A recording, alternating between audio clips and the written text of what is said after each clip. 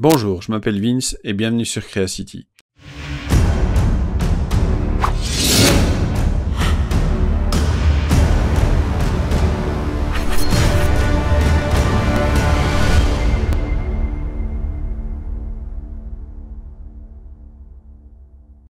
Aujourd'hui, c'est notre 4e épisode dans notre série sur Notion et on continue notre travail sur les formules. C'est la dernière fois qu'on s'occupe des formules et celle-ci sera encore un peu plus gratinée que celle qu'on a fait la dernière fois. Dans le 5e épisode de cette série, on se concentrera sur les projets à la demande d'un des abonnés de la chaîne qui m'a soumis un petit problème et donc on va voir un petit peu ce qu'on peut faire pour l'aider. Aujourd'hui, ce que je voudrais qu'on recrée, c'est cette partie-ci de mon interface de contrôle, de mon panneau de contrôle, avec les périodes et les semaines. Alors, les périodes, dans les périodes scolaires, il y a un numéro à mes périodes scolaires, la première période, la deuxième, la troisième. Ici, il y a une colonne sur les semaines de vacances dont on va parler dans pas longtemps, et tout le reste se calcule quasiment automatiquement. Ensuite, il y a les semaines, et les semaines, pour chaque semaine, il y a un numéro. Chaque semaine fait partie d'une certaine période. On récupère à nouveau les semaines de vacances, mais ça vous allez voir pourquoi. Ce qui va nous construire tout ce calendrier ici, tout cet enchaînement de dates, les unes derrière les autres, qui vont respecter les jours de la semaine, lundi au vendredi, mais qui vont aussi respecter, si vous regardez ici, si vous regardez là, hop, qui vont aussi respecter les semaines de vacances. Ici, j'ai pris les semaines de vacances belges pour l'année 2020-2021, mais vous allez voir que c'est complètement adaptable. Qu'est-ce qu'on crée? On crée donc une page qu'on va appeler période, dans laquelle on va créer une table. On va pouvoir directement supprimer ceci. Ceci, c'est le nom de la période. Ça va s'appeler semaine vac. Ce semaine vac est un nombre. Première période, deuxième période, troisième période, quatrième période, cinquième période. Donc cette colonne semaine vac sert à déterminer combien de semaines de vacances il y a déjà eu pendant l'année scolaire. Vous allez voir que ça va être vachement utile ensuite. Ici, avant la première période de cours, il n'y a pas encore eu de semaine de congé. Ensuite, avant que la deuxième période ne commence, on aura eu une semaine de congé, c'est la semaine du congé d'automne. Ensuite, avant que la troisième période ne commence, on aura eu les 2 semaines du congé d'hiver, et donc au total, on aura déjà eu 3 semaines. Ensuite, il y a le congé de détente qui arrive, et ensuite commence la 4e période, donc au total, il y aura eu déjà 4 semaines de congé. Et puis, on va avoir le congé de printemps, qui dure 2 semaines, et donc au total, j'aurai eu 6 semaines de congé. Pourquoi c'est utile? C'est utile parce que si je veux que mes semaines se calculent automatiquement, j'ai besoin de mes périodes et j'ai besoin d'avoir des périodes qui soient bien construites. Je vais créer ma page maintenant pour les semaines. Et pour les semaines, je vais aussi créer une database. Et alors moi, j'ai l'habitude que ma première semaine à l'école, ce soit une semaine 0. C'est un peu une semaine de découverte. Et chaque année, elle est un peu différente parce que chaque année, on ne sait pas très bien combien de jours il y a dans la première semaine de septembre. Parfois 2, parfois 3, admettons. Donc, etc. Chacune de ces semaines d'école tombe dans une des périodes. Donc, j'ai besoin de faire une relation vers les périodes pour dire, ma première semaine d'école, ça c'est la période, ma première semaine d'école, elle commence, c'est la période numéro 1. Alors quand j'ai fait ça, c'est mon démarrage, donc on n'est pas encore tout à fait au bout, mais je voudrais directement réafficher la colonne semaine vacances ici. Et donc cette colonne semaine vacances, elle vient d'où? Elle vient de la relation période et elle s'appelle semaine vacances. Alors quand on en est là, il ne faut pas que j'oublie encore de mettre ceci. C'est le numéro de la semaine. Et maintenant, ce qu'on veut, c'est recréer cette colonne-ci, cette colonne dans laquelle il y a une formule, on le voit bien ici au-dessus, et c'est cette formule-là qui affiche toutes les dates. Qu'est-ce qu'elle me dit, cette formule? On va commencer par la copier-coller, comme ça au moins. Hein, voilà, donc si vous vous souvenez de la dernière fois, on peut aussi faire ça comme ça. Voilà.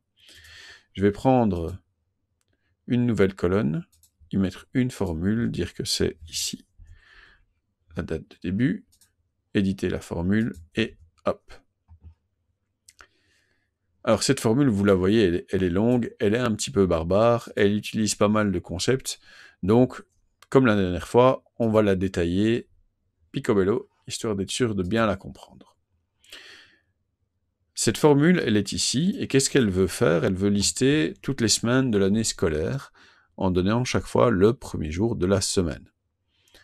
Alors, il y a toute l'explication ici, encore une fois, sur les semaines de congé, si ça vous intéresse de la relire, mais on va commencer par la fin, c'est-à-dire par cette parenthèse-là qui est à l'extérieur, et qui est une formule qu'on connaît déjà, format date, on a déjà utilisé ça, et donc qu'est-ce qu'on va faire? On va donner dans cette colonne un format à la date, et ce format, ce sera jour, mois, année. Qu'est-ce qu'il nous reste à trouver? Il nous reste à trouver la date. Il va falloir calculer la date. Donc, qu'est-ce qu'on va faire? On va, en réalité, créer un calcul de date qui ajoute, de manière assez simple, 7 jours par semaine d'école. Si on ajoute 7 jours par semaine d'école, on va forcément créer comme ça un calendrier, puisque tous les 7 jours, on retombe sur un lundi. Cette formule utilise quoi? Utilise un jour de départ. Elle dit combien on ajoute, et ensuite, quelle est l'unité qu'on ajoute. On pourrait ajouter, ici, on va ajouter des jours, mais on pourrait très bien ajouter des mois, des semaines, des heures. Ça dépend ce qu'on fait. Notre faiblesse, notre problème dans Notion, c'est ce jour de départ. Ce jour de départ est compliqué parce que Notion ne permet pas d'imputer directement une date dans une formule. Ça aurait été tellement simple de dire que dans ma formule ici, j'écrivais comme date le 1er septembre. 1er septembre 2020 et on n'en parlait plus. Eh bien, non. On ne peut pas faire ça. C'est quelque chose que Notion ne nous permet pas de faire. Donc, on est obligé d'utiliser un stratagème qui implique timestamp. Timestamp est une... Là, clairement, c'est du langage d'informaticien. C'est le nombre de millisecondes qui se sont déroulées depuis le 1er septembre 1970. C'est une façon informatique bien connue de créer une date.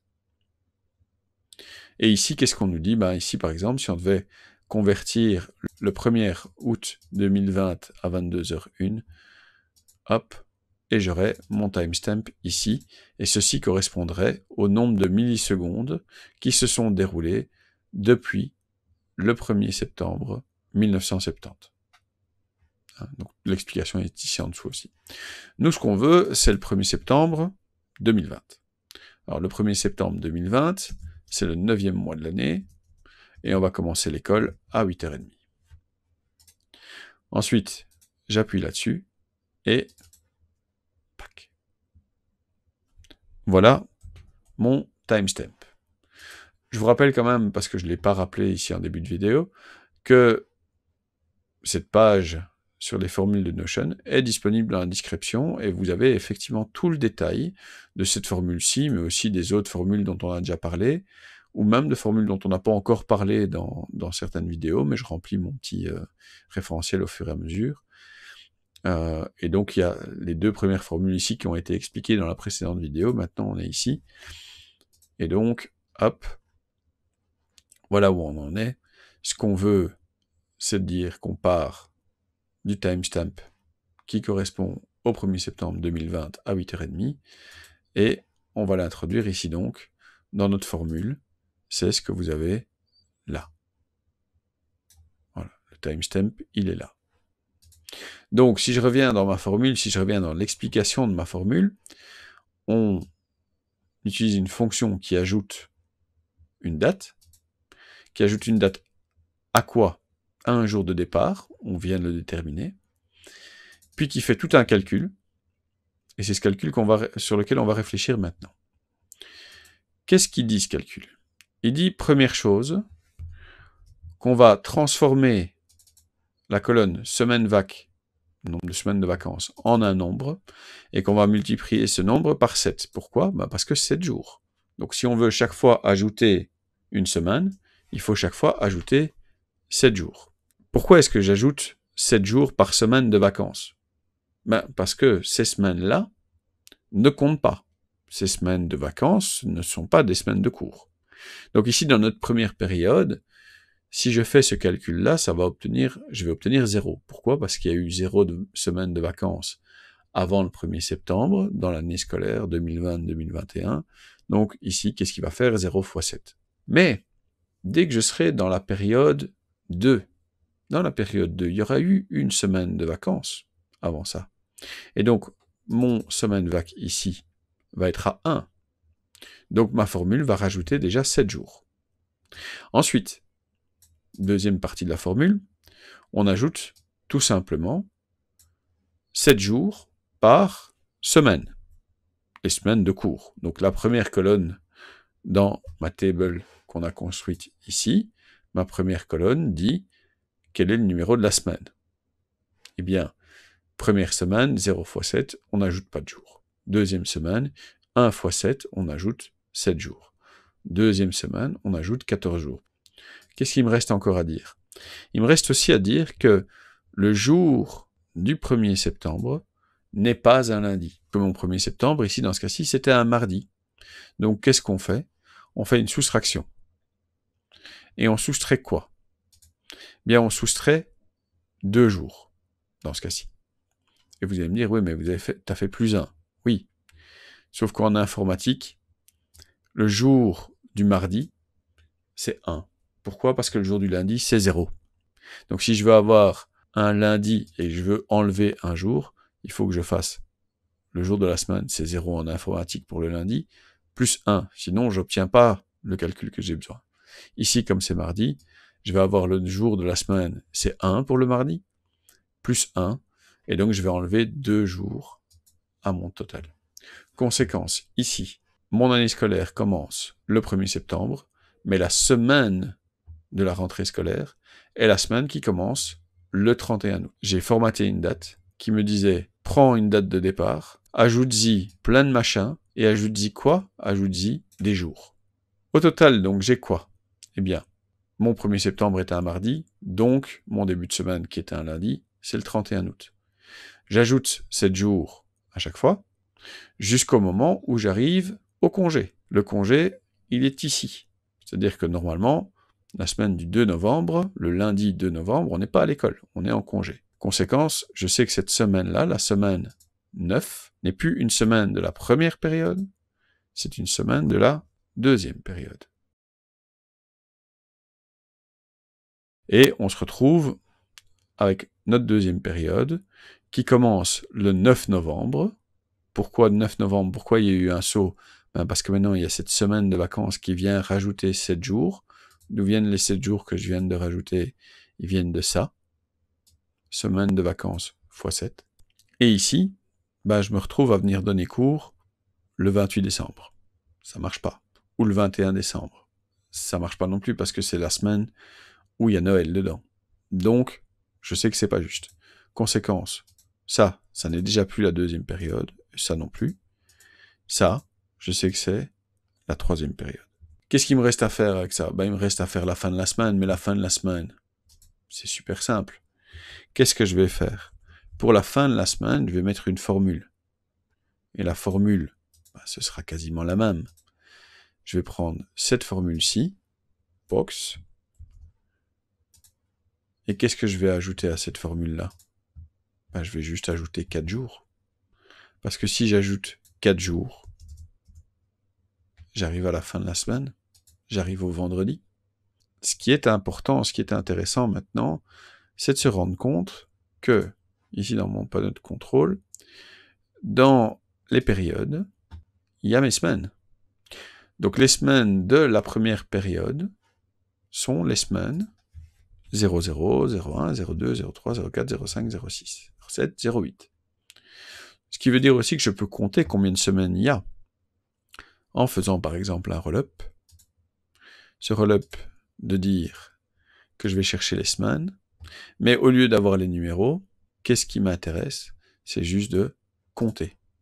Et donc, je sais, comme ça, déterminer combien de semaines il y a dans chaque période.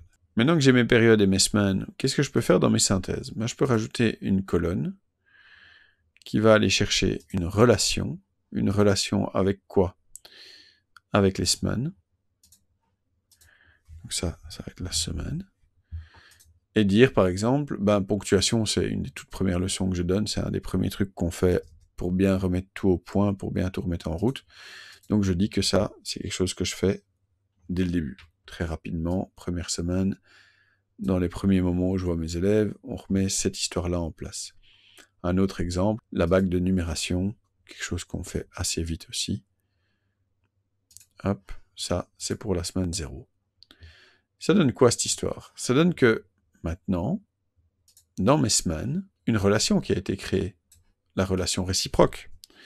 Et donc, je peux comme ça, assez rapidement, créer mon programme avec les synthèses que je vais voir cette semaine-là. Ces synthèses sont ici dans les semaines, elles sont aussi, éventuellement même, dans les périodes. Comment je fais ça? Un roll-up. Le roll-up, je le configure en disant que ça vient des semaines et que des semaines, je veux avoir les synthèses. Et donc, je pourrais même avoir comme ça toutes les synthèses que j'aurais vues dans cette première période. Voilà, je pense qu'avec ça, ça ponctue assez bien ce qu'on pouvait faire au niveau des formules sans aller vraiment dans un niveau de complexité ultime. C'était déjà quand même pas mal. J'espère que ça vous a plu. J'espère que vous serez encore là pour le 5e épisode qui va partir dans un autre domaine, toujours dans Notion, mais plus du tout dans les formules, plutôt dans l'organisation, dans la productivité. Et on va utiliser Kanban, c'est-à-dire des tableaux avec, comme si on prenait un petit papier et qu'on le mettait dans une colonne ou dans une autre colonne. Et je remercie déjà les abonnés, puisque c'est grâce à eux, et entre autres à l'un d'entre eux, Louis, que cette vidéo va voir le jour. C'est à son instigation, à sa demande, que cette vidéo a été créée. Alors encore une fois, je m'appelle Vince, merci d'avoir regardé cette vidéo. N'oubliez pas de vous abonner, de commenter, de partager, de mettre un petit pouce, de faire ding ding ding avec la cloche. Soyez sympas dans vos commentaires parce que les trolls c'est uniquement chouette quand ça danse, ça chante ou ça fait des câlins. J'espère vous revoir bientôt. Merci et au revoir.